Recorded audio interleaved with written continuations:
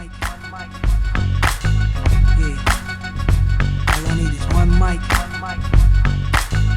Yeah. All I need is one mic.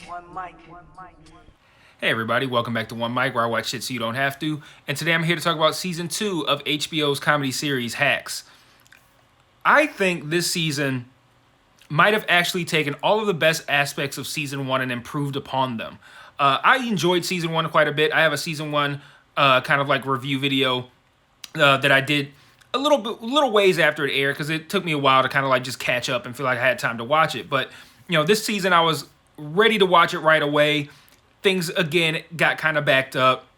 Took me a little while to finish it, so now I'm just here getting a video in front of you. I initially had a plan to cover it week to week, but week to week covers for comedies doesn't really work very well for me, so I didn't bother out. I didn't even actually plan on doing this, but I enjoyed this season so much, and it's probably gonna make my top 10 of the year.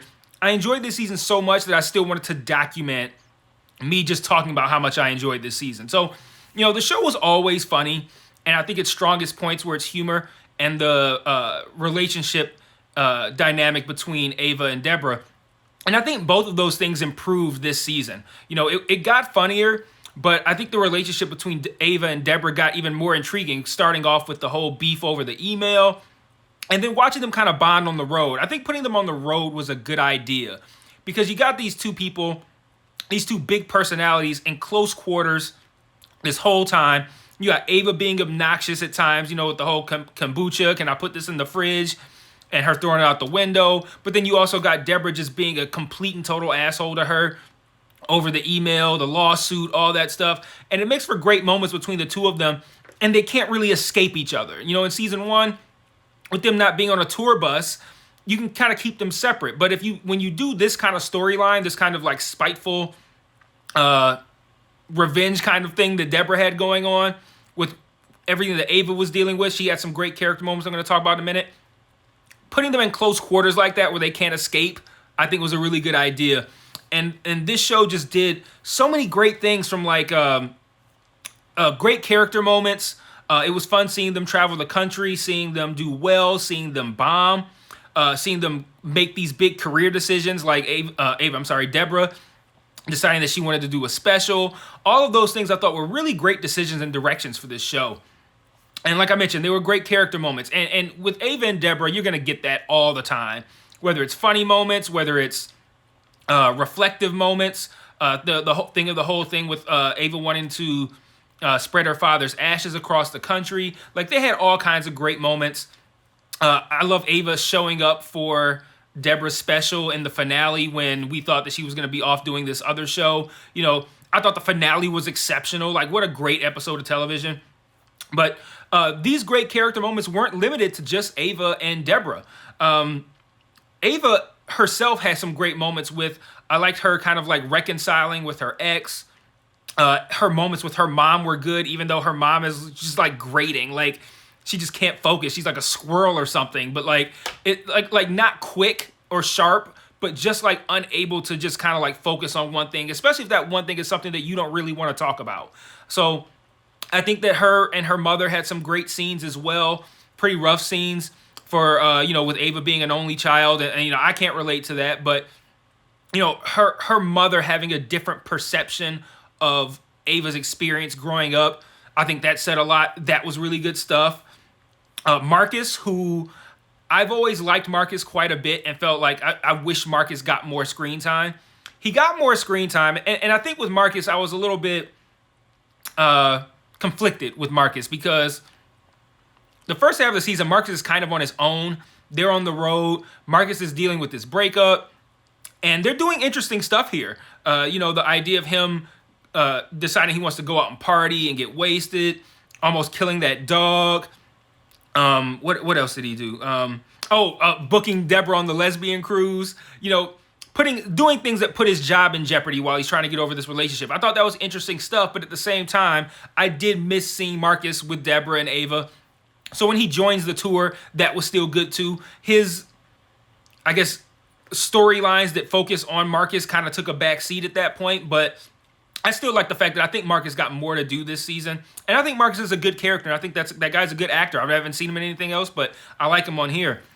But speaking of the lesbian cruise, what a great moment in this season, and great in a bad way, because that scene is absolutely cringeworthy. Like, you almost want to like watch it like peeking between your fingers, like, oh, I don't know if I can really watch this, because it goes so badly. But that's what makes it good television, though, right? Like, if you're sitting there actually feeling real feelings, like, oh my God, I feel so bad for her right now, even though everything that she was saying was terrible.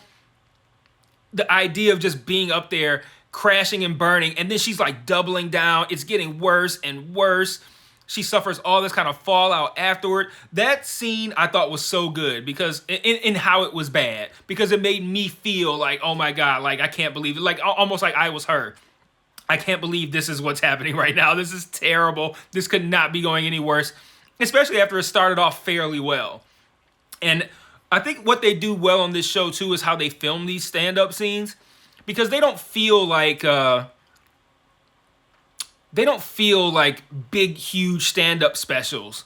Which, I mean, they're not. She's going to like local shows, but it feels very intimate, I think. And when you see Deborah kind of like with crash and burn and she's dying up there like that, that makes it feel even more cringy when it's like you feel like you're in this small room.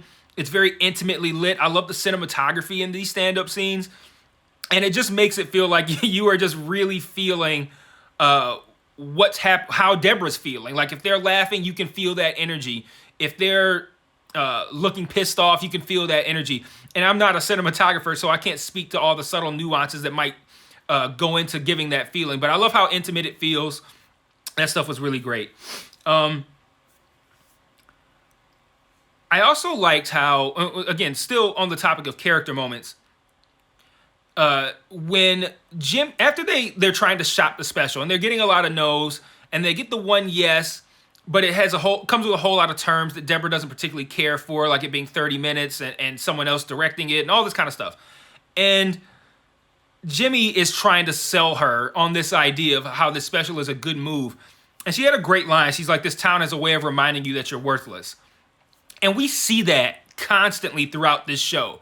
And that line resonated with me for some reason, because when me as a regular guy from Detroit, when I look at celebrities or whatever, it seems like their lives are so extravagant and all this kind of stuff, right?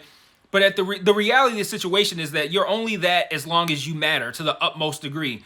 Once you start to matter a little less, they will chew you up and spit you out. And we see that constantly throughout this show and throughout this season. Or the way Jimmy is treated, like, all that kind of stuff. It's interesting to see her, go through this, her being Deborah, go through this process of kind of like crafting this routine, ultimately determining I want to have it be a special, coming up with this great idea. I'll finance it myself, just to have, Jimmy really shit on for presenting this idea, and then taking the moral high ground and going, I don't appreciate what you guys are doing. You guys are missing out on something. I'm going to quit.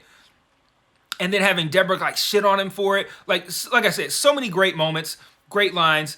I thought that they just did some really brilliant writing, I think, for these characters. And that's what I think too is what helps this show on its second season. Because on the first season, you're kind of getting used to these people. These are all actors and characters that we're largely unfamiliar with, aside from Jean Smart. So we're learning who is Ava Einbinder, I think it is. Who is Jimmy? Who is Marcus? And we're learning that throughout this first season. But now we have these people and we know them and we're used to them. And now they're being written for what would Jimmy do? How would Jimmy respond? What would Marcus do? And these characters feel a lot more robust because of that. And I think that added to the enjoyment of this season. And speaking of characters getting better, Kayla, man, Kayla had great moments in season 1. Every single time Kayla was on the screen this season, she was hilarious.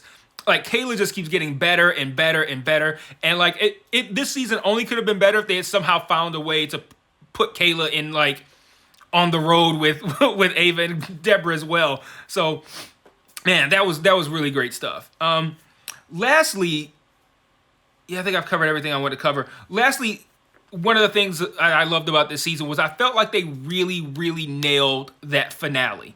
The finale had what you come to expect of the show, some seriousness, some laughs, all that good stuff. But I just thought that it was the perfect end to a season. It could have been the perfect end to a series if we know now that's been renewed for a third season. But if it wasn't, that would have felt like a good ending.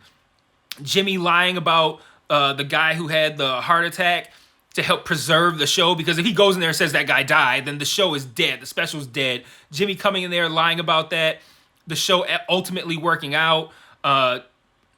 Deborah making it so that Ava has to pursue her own career instead of continuing to give up her own aspirations in order to help Deborah. Like, it felt like a very good bow tie, a wrapping of a bow on this season and on this show. So now that they got a third season, I'm really curious to see what they're gonna do. But I thought this season was incredible. It's gonna be in my top 10 more than likely. I mean, I've already got a top 10, and we're only in June, so half of that stuff could very likely be pushed out. But I feel like Hacks is gonna be around there. At worst, it'll be an honorable mention. But really enjoyed this season. I think this show is firing on all cylinders. But I also think at the same time, you don't want to have this show wear out its welcome. I think giving it a third season and wrapping up after that would probably be the best place to stop this show. I feel the same way about Ted Lasso. Ted Lasso doesn't feel like hey, let's run this fucking 14 years or whatever, like it's Big Bang Theory or something.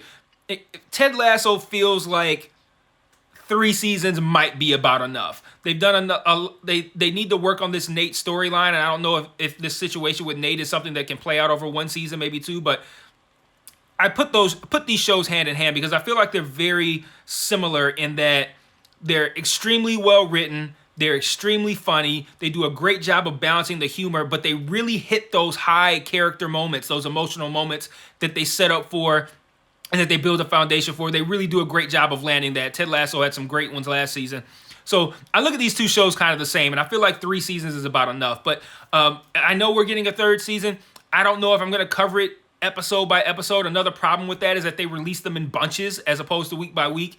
If it was week by week, I'd probably cover it every week, but it's really tough for me to cover like Netflix shows where they put the whole thing out at once, or these HBO Max shows where they put out 2-3 episodes a week. Had the same problem with Amazon started to do that too, where they put out 2 or 3 a week. So we'll see. But whenever season 3 comes, I will be here to talk about it. So until then, peace.